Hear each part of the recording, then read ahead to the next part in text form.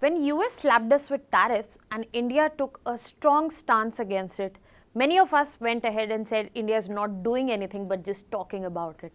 But here we have that where India silently started to work on its independence and also sovereignty and marking a space for rupee and Indian economy. Hello everyone, welcome to Vajiram and Ravi's Flash News. My name is Shubhangi Singh and today we are going to talk about India's silent war against dollar and how we are strengthening, internationalizing rupee to make sure that we stand apart in the crisis-laden time and globally chaotic time. So let us understand that what has been done that is being marked as a silent war.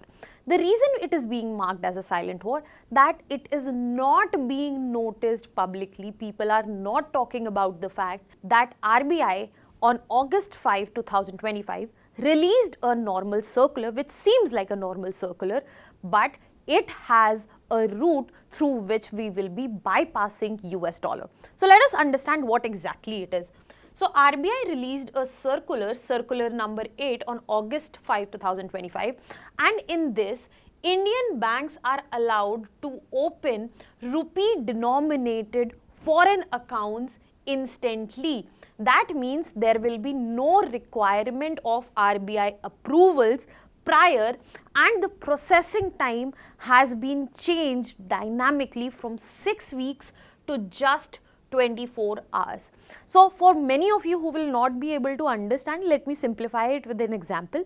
Let's just say we have to buy something from a different country, so we have to pay it in dollars. If we do not want to use dollars, what is the option? So the option has been created in terms of a foreign account wherein rupee will be used for the payments and the settlements that are made for imports and exports.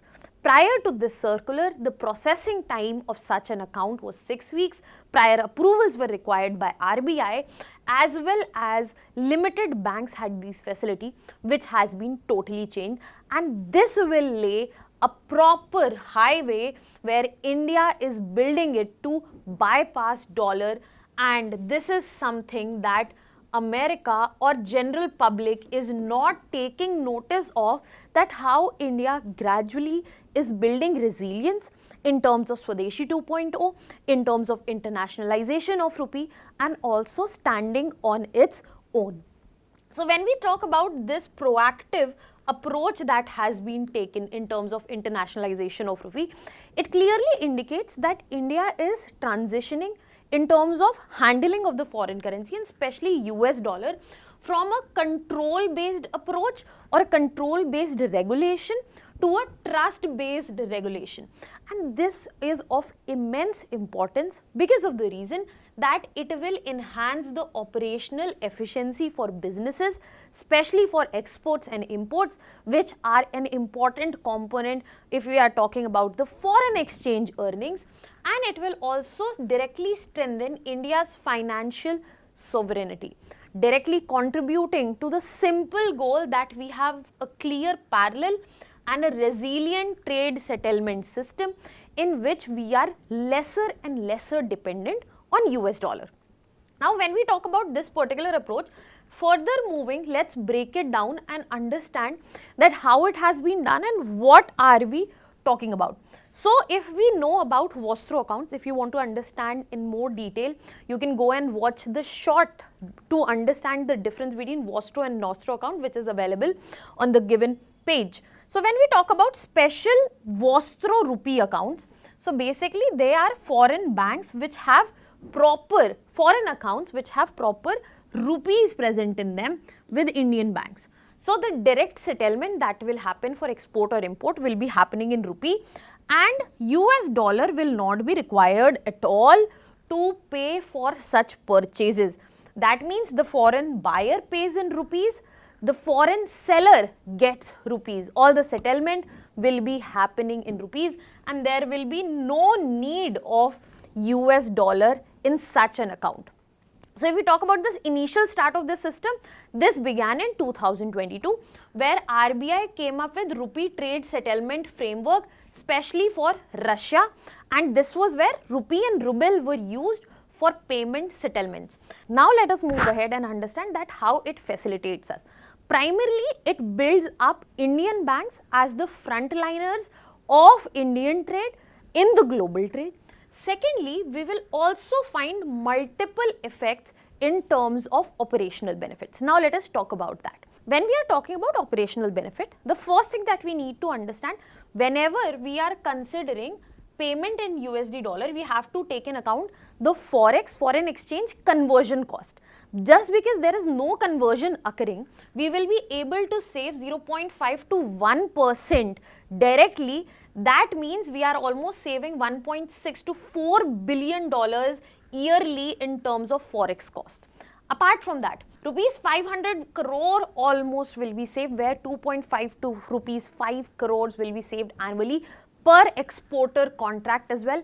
And there will be definitely faster settlement system, and that will directly improve the key pillars of our economy, the cash flow to them, that is MSMEs, which are almost every time whenever we talk about them, the one challenge that they are facing is the cash flow.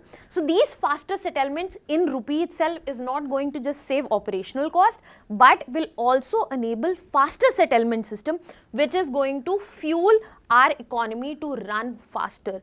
And if India is able to even save 10% of it, that means we are saving $80 billion in terms of shifting to rupees itself. Now, when we have understood the operational benefits, that is not all. We have more. When we are talking about more, we have more in terms of the scale of change. What is the scale of change? So when we are talking about scale of change, we have to understand that India is doing almost $800 billion worth of international global trade. 10% saving, that brings us $80 billion that we have just talked about. That means we are not just saving that, we are bypassing, we are not using US dollars, $80 billion. And that means that we will be saving on the forex cost, we will be getting faster settlements, and all of this will also reduce our dependence on dollar itself. Let's take a case study here, India-Russia corridor, basically the system with which India began this. This framework enabled the settlement to happen in rupee and ruble. The 90% of trade settlement between India and Russia is happening in rupee and ruble. Now the trade has increased from 13 billions to almost 68 billion at this present time. It has been facilitated by multiple banks, and this clearly signifies if there comes a geopolitical scenario where we are being pressured, then the innovation comes in and it will accelerate the situation into our favor, where we are finding better and more rupee adoption. So where countries, Western countries specifically, thought that they are pushing us into a corner, they actually were giving us an opportunity to thrive. So what America thought to be as a weapon rather was an opportunity in our form.